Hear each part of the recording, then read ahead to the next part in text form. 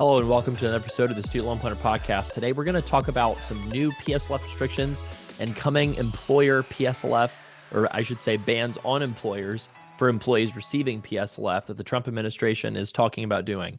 And I want to also talk about some new regulations that are coming down the pipeline that people need to know about and people need to be paying attention to, especially people that might have a friend or colleague or mentee or somebody like that that's going to a professional degree program, but also existing borrowers need to be paying attention to this as well.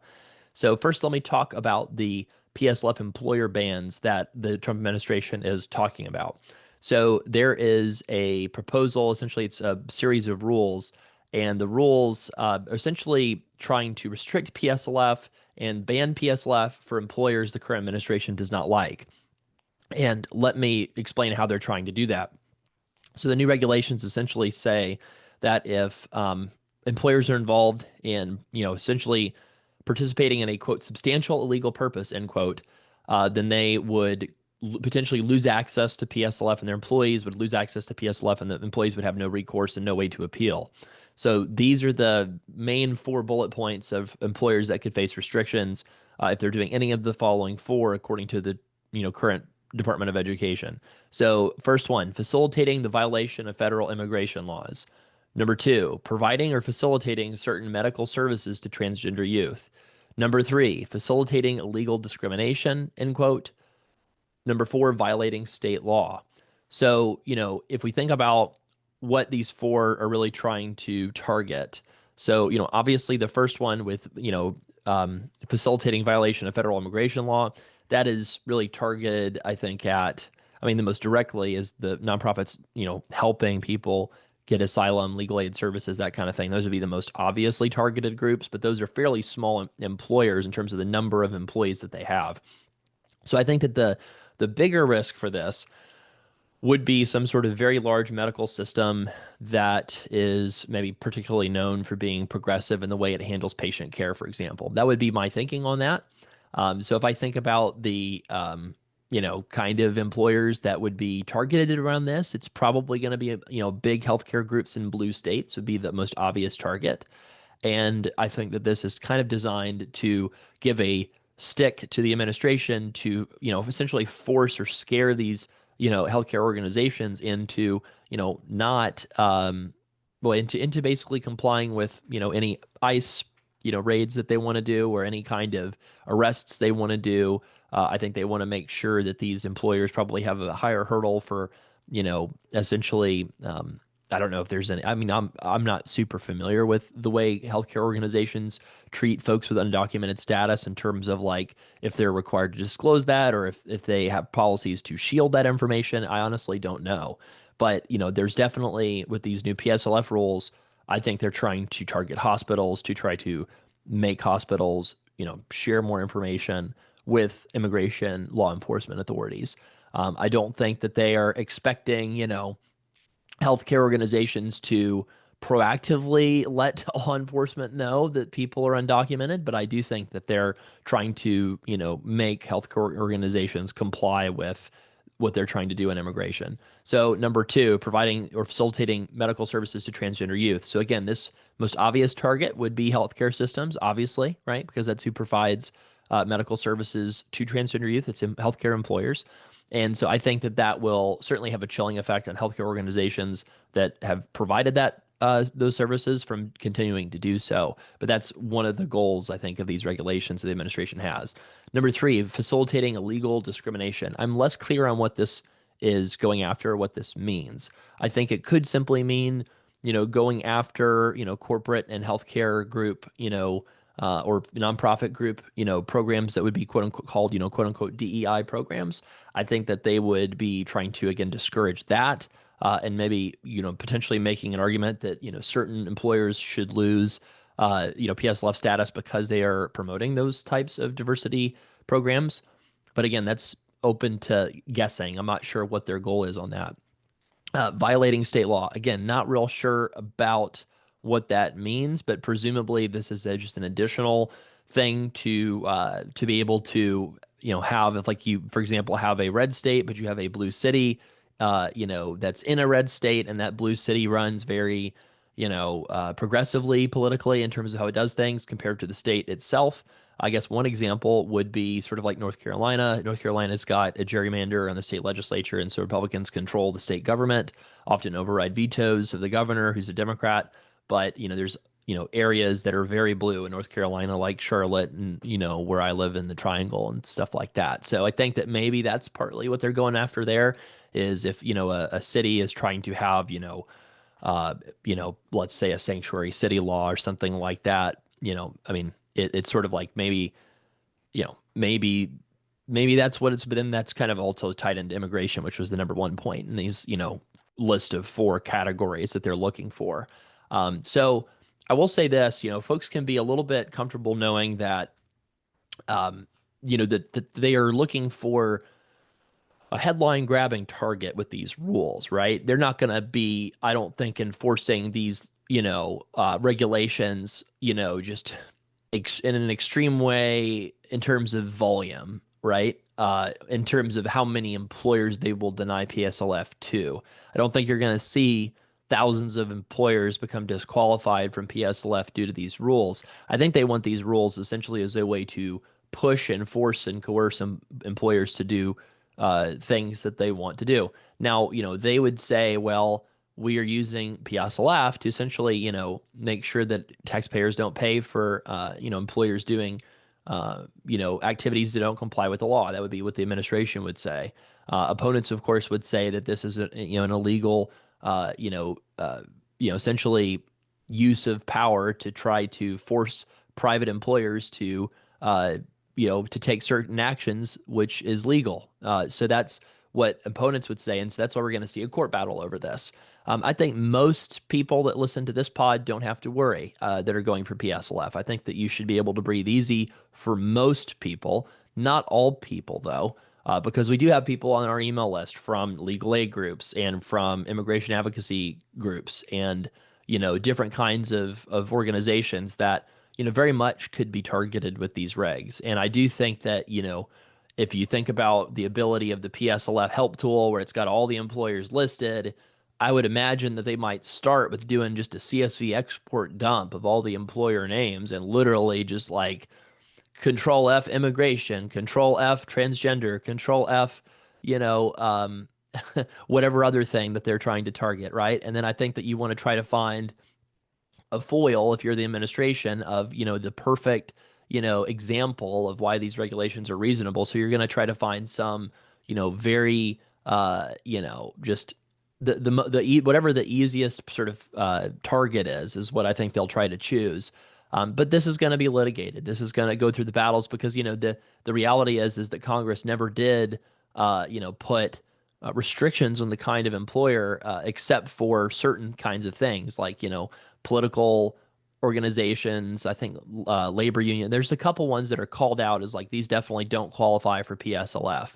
Congress did put some restrictions on that in the bill that passed it, but they didn't mention anything about these organizations involved in illegal purposes. But you could also say, well, I mean, that doesn't make any sense because an organization's involved in a legal purpose. Wouldn't you have a court case brought against that employer because of the illegal activities, and wouldn't that be the thing that would cause them to not qualify for PSLF? Just them not existing versus them. I don't know. So just the whole thing is just a political thing, right? And so I think that we'll see battles over this for months. I do think that these regulations are getting published so that they can go into effect in July of 2026. So technically, I don't think that we maybe have to worry too much even until that date about these regs if you have PSLF and you're going for it, because they're going to have time once these regs are published, they'll be challenged, and then we'll have court cases for sure. And you'll probably see court cases filed, probably by American Federation of Teachers again, probably in a district court or something that's a little bit more got a little bit more Democratic appointed judges to try to get a favorable ruling, and then it'll probably go up and probably go to the Supreme Court at some point. That's kind of how a lot of these battles are working out these days. So, so that's like the main PSLF activity. I did want to talk about some negotiated rulemaking that's happening more broadly. Thank you for listening to this show. If you are not already getting our weekly newsletter every Thursday, you are missing out. We break down student loan news, updates, money tips, all in one helpful newsletter Sign up for free at studentloanplanner.com/newsletter if you're not already getting these important weekly updates on every Thursday. So right now, there is a big battle going on with schools and the Department of Ed over what the borrowing limits for next year are actually going to be. And at the center of the battle is what constitutes a professional degree. So there is 10 professional degrees that are called out specifically in regs historically, and that's what Department of Ed, and right now, as I record this, wants to move forward with the number of programs that get the 50K of federal loans versus the 20K of federal loans. But schools obviously hate this, and the schools want an expanded definition that includes a lot more programs that could be constituted as a professional degree. Things like clinical psychology and groups, like that want to make sure that they get 50K loan limits instead of 20. If they got 20K loan limits for a lot of these programs, huge numbers of them in particular professions would close. It would be really cataclysmic for, programs like PsyD if you were capped at 20K of loans instead of 50K of loans. Certain professions are going to definitely have the 50K limits, like, MD, dentists, veterinarians. Those definitely are going to have the 50K limits for borrowing starting July 2026. But these other programs, it's a little bit more uncertain. And so they floated this compromise of making the limits higher, but only for 1 year. And then they're going to go down to the 20K limit. I don't know what that's about. I mean, it's almost kind of like, well, let's just kick the can down the road. But that's not the only regulation to think about in terms of people taking out loans. There's also regulations that are going to be formalized to replace a lot of the save plan regulations. There's still, people forget, there's still 400 pages of regulations in the save plan rules that are all under an injunction. And I talked to one of my buddies who's a student loan expert the other day, and I was like, why have they not gotten a resolution on the save plan lawsuit yet? I mean, this doesn't make any sense. Like, the current administration doesn't want to support save. So why are they not just saying, hey, we're good now, we can dismiss the suit, we think save's legal too, so we'll just dismiss it? Well, I think the reason that they haven't done that yet is basically because that they need that injunction to stay in place until they've been able to fully implement everything by July 2026 that they want to with the RAP plan and other things. So I don't think the administration cares too much about pay. I don't think they care that much about IBR. I think that they do have a lot of rules, though, that they have to fill in the blanks for things like consolidating. If you consolidate your loans, do you get weighted average credit and everything you put into it, or do you not? For PSLF, you're supposed to, but for non-PSLF consolidations, there's still a big question mark out there as to what the heck they're going to do, because everything's under an injunction with the save plan rules where that changed the weighted average consolidation rules, and we just don't know for sure what Department of Ed is doing. There's also all of these sort of Reddit forums right now that we're following with people kind of finding hacks to calculate what they think their qualifying payment count should be towards, IBR, and that also is kind of a little bit of a mess because people are just sort of having to do a bunch of guessing right now. For our consult service, we help people figure out what amount of credit we think that they should have towards forgiveness with our own independent evaluation.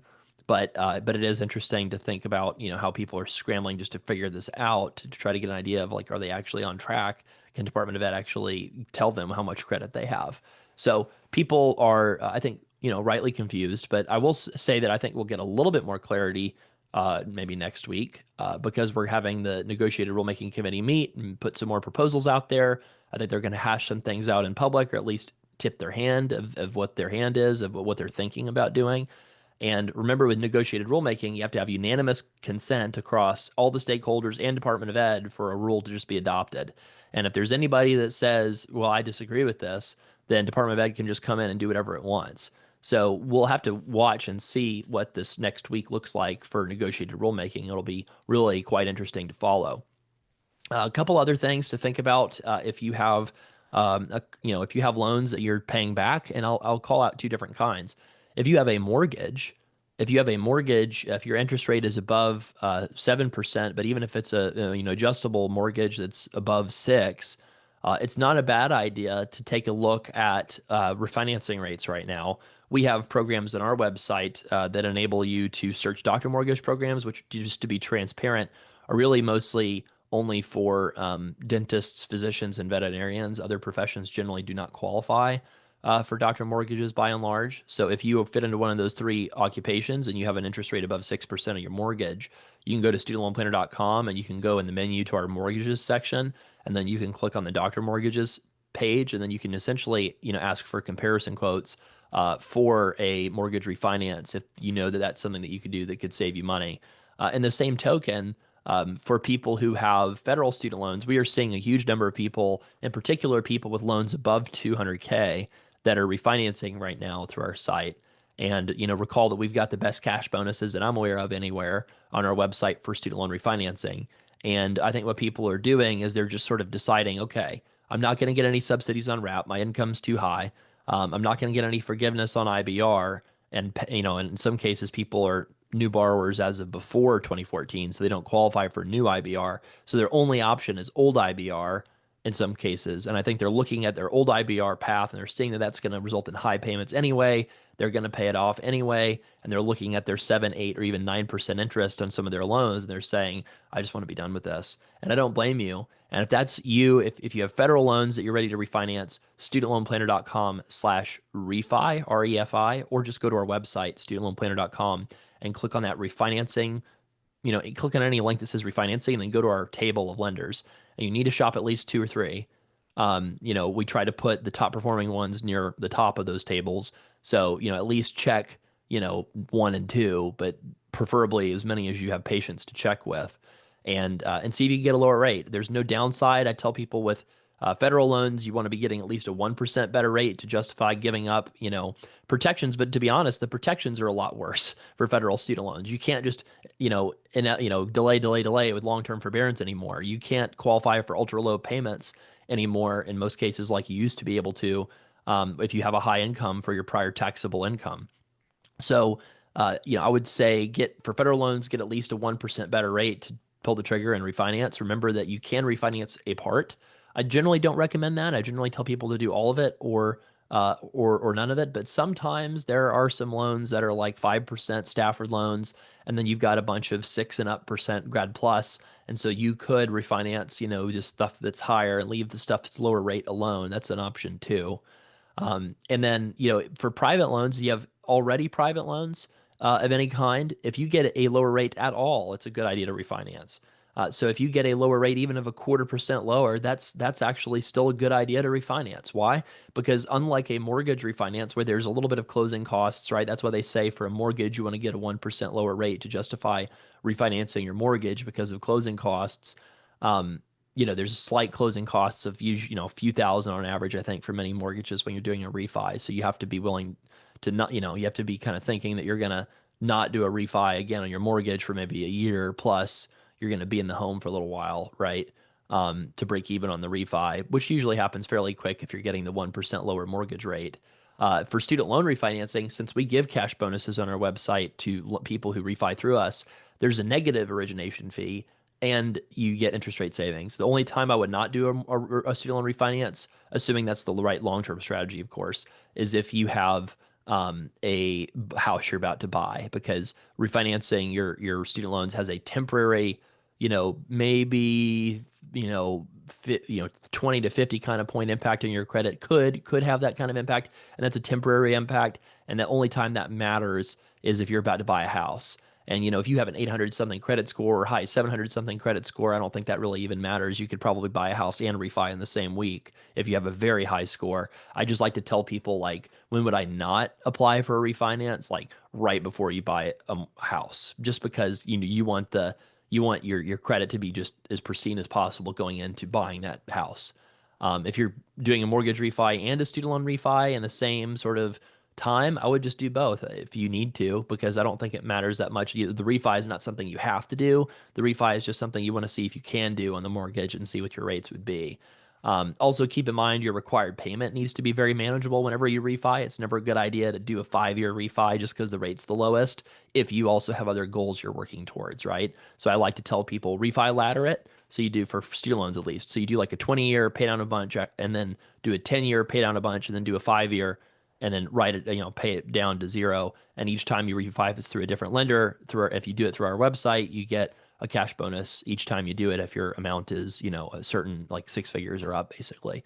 For the people that are like, I tuned all that out, I'm a forgiveness case. Well, remember the mortgage stuff. Like, if you can get a 1% lower rate in your mortgage, refi that. But for everybody in general, forgiveness is still a thing. You were still waiting on some of these fill in the details kind of rules for pay and wrap and IBR and when things will be transitioned and recertification dates and stuff like that. So we'll continue to follow that. If you have any questions about loans, leave us a voicemail at studentloanplanner.com/voicemail.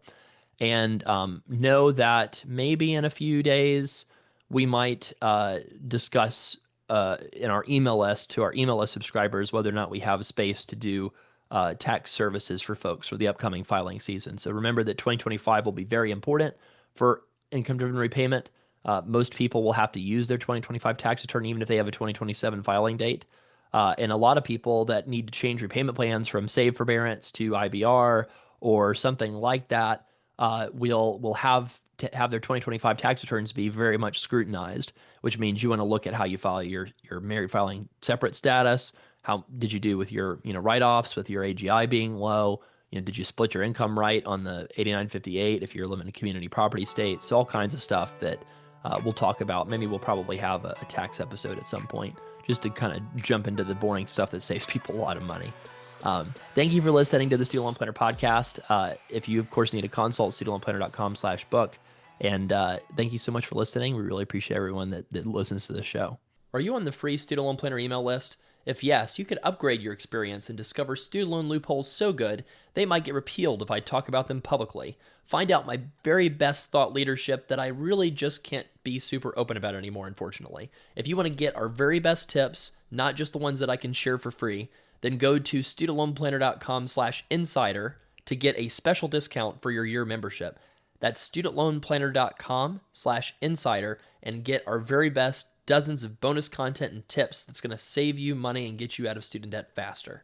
And if you're already an SLP insider, please reply back to those emails and let me know how I can make it even more valuable.